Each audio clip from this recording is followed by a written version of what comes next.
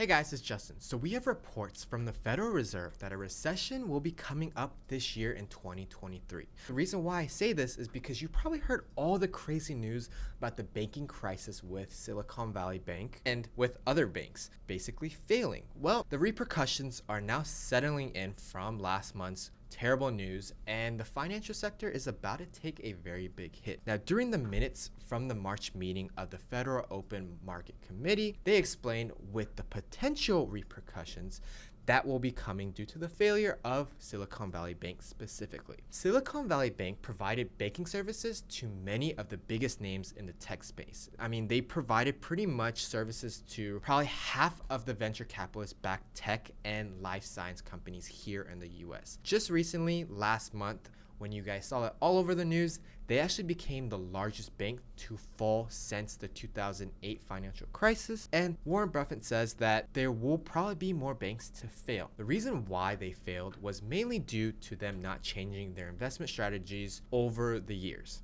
Now, their investment strategies for years and years was to keep a small deposit in cash for reserves and to invest the rest of the money into something called a long-term debt with treasury bonds. This investment, which we have access to as much as banks do, this is a very safe and steady return when interest rates are low. This is something that they didn't expect that the Federal Reserve was planning to do to combat inflation, which usually it always happens, but I guess they didn't think that the Federal Reserve would take it this far and raise interest so high. So when interest rates are so high, these investments that are steady returns, the interest rate of them are just so low because the government doesn't want you investing when inflation is so high. With this being said, treasury bonds just didn't look interesting anymore, and the newer government bonds started kicking in, giving more interest rate and all this stuff. And it was just too late because Silicon Valley basically revealed their losings in late February. And with them revealing all of their losings, the tech industry and basically startups all panicked and started taking all the money out from their bank. Obviously, you guys can know if you pull out so much money from the banks just don't have money to run their businesses and to invest so they can make money too from that profit. So that was the failure of Silicon Valley Bank.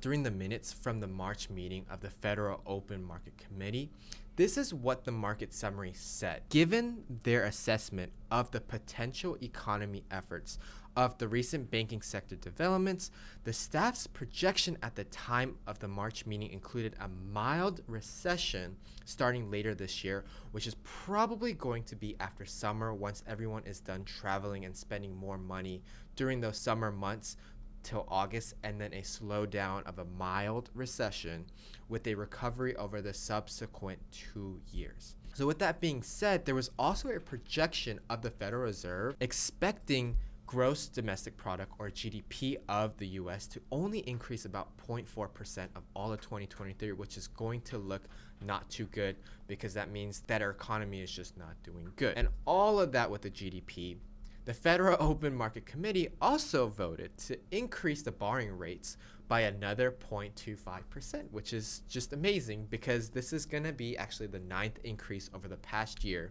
which basically in turn is going to make the federal funds rate so high. And to explain what the federal funds rate is, it's basically just like an interest rate at which banks and other institutions that lend money to each other, this is their own interest rate. If this interest rate gets so high, obviously more banks are not going to lend more money because it's just more expensive, and then they're going to ask more higher interest to consumers like us when we get loans or mortgage loans. And you can always see right now with mortgage and interest rate being so high is due to this reason. I'm going to show you guys a graph and show you guys this in a live basically and give you guys more detail. So right here, as you guys can see, we're looking at the federal funds rate. You can see right here in 2007, this was the highest level as in the past like 30 years, 5.25%, and that was pretty high. And this is when the banking recession happened. But then you guys can see in 2010, it was pretty low. 2015 we're all good. It raised a little bit, but then it was slowing down. And then in 2020, when the economy was really good, mortgage was really cheap and interest rate was because of this right here. But then as you guys can see, once the inflation started hitting and the Federal Reserve started to understand this, you can see right here in the graph, you can see spikes, and there's going to be 9 spikes. 1, 2, 3, 4, 5, 6, 7, 8, ninth, with the ninth being an increase on last month, March. We're at 4.83%. The Federal Reserve was having a target range of 4.75 to 5%, but you guys can see from here to 2007, when that recession did hit in 2007, right here, we're pretty close to that federal funds rate. So it's telling you that governments are raising interest rate, which is going to make it harder for you guys to get mortgages, to get backed loans, personal loans, investment treasury bonds are just not going to give you enough return based on inflation rate. And this is what government is doing basically. Due to all of this, we are most likely going to see a recession. But the question is when and how bad, right? Well, feds expect banks to reduce lending, which is probably going to slow the economy. But to gauge how much of this slowing down we see, we're going to have to look at something called the Personal Consumption Expenditure Price Index. This basically gauges how much services and goods increase during the years, and the higher the percentage of the price index, that basically tells you that the prices of foods, goods, services have increased. So I'm going to show you guys another graph of the Personal Consumption Expenditure Price Index. There has been an increase even since I would say from 2021. And this is probably where the beginning of that inflation hits. You guys can see an increase, a steady increase. But recently here in 2022, you would expect us to see a really high spike out of control. The reason why you don't see a big spike is, one, due to the government being able to control the cost of energy and food cost. And you guys might say food costs did go up extremely a lot, and energy costed too.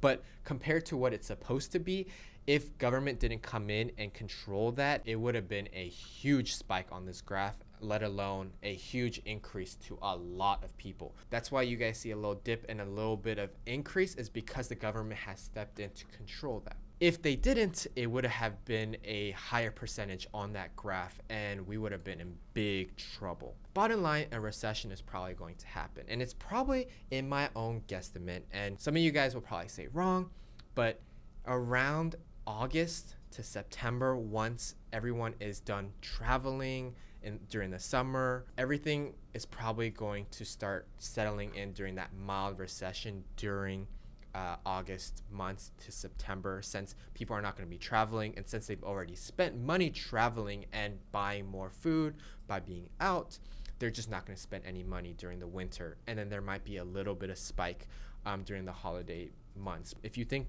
I'm wrong, put it in the comment section below, give me a reason why. But that's my guess and an estimate of, bottom line, why a recession is highly going to happen in the US economy, and probably not just us, but majorly world globally. So that being said, guys, if you thought this video was informative and you guys like the great information I gave you guys, make sure you guys like this video and subscribe.